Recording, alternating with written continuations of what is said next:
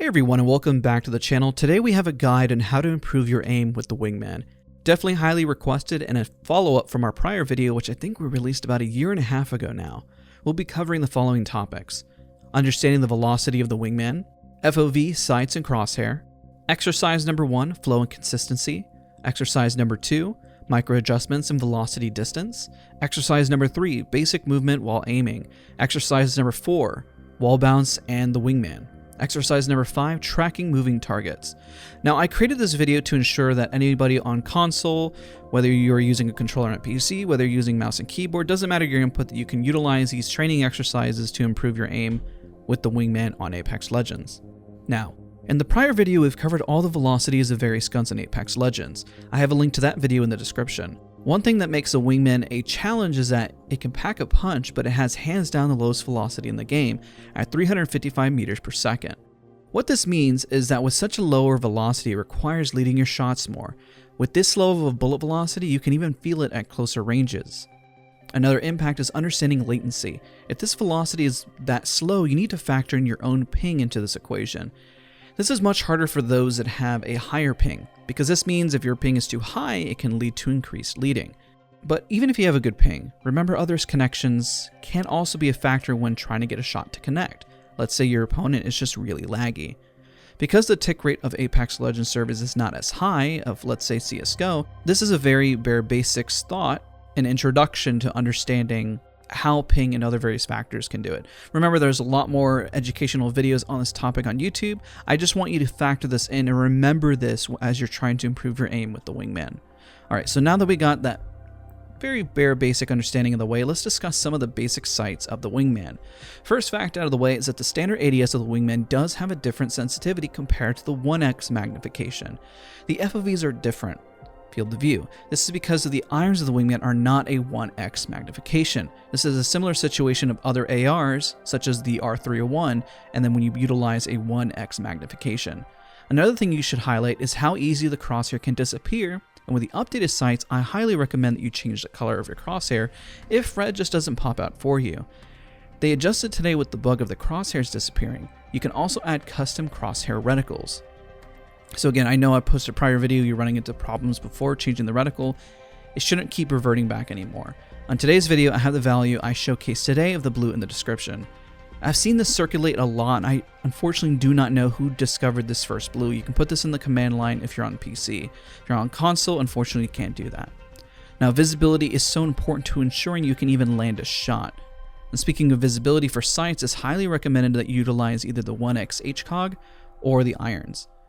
The problem is that while the other sights can be good when you shoot the Wingman, because the sight really blocks visibility, your target, especially at a distance. With so much visual clutter in Apex Legends, the last thing you need on your plate is the visibility being blocked when the Wingman essentially kicks. This occurs with the 1x holo and the 2x. The 2x is really nice with the zoom, but that bounce can be a little overwhelming if your FOV is a little too tight. So I highly recommend actually increasing your field of view if this feels very uncomfortable, and also be sure to reduce screen shake. That's also going to be beneficial. Now let's go into exercise 1. First thing to achieve with the Wingman is a flow of bouncing between targets. This exercise is what I would consider your foundation of improving your aim.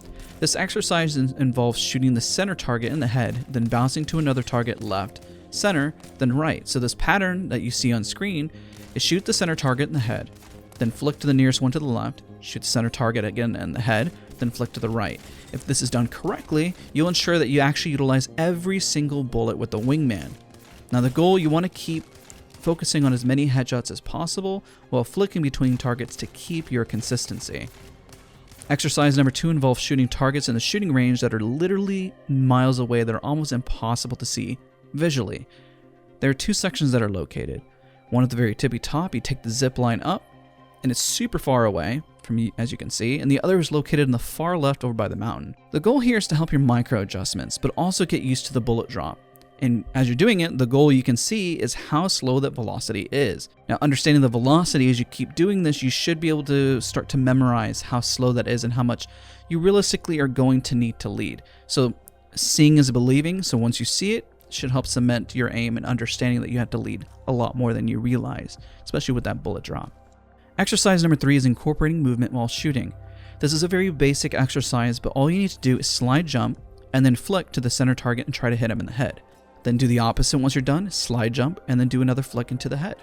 The goal here is that slide jumping is very inconsistent for most newcomers when utilizing the Wingman, because your movement speed while utilizing the Wingman is actually really strong. This also helps you understand your movement velocity when you can actually slide jump.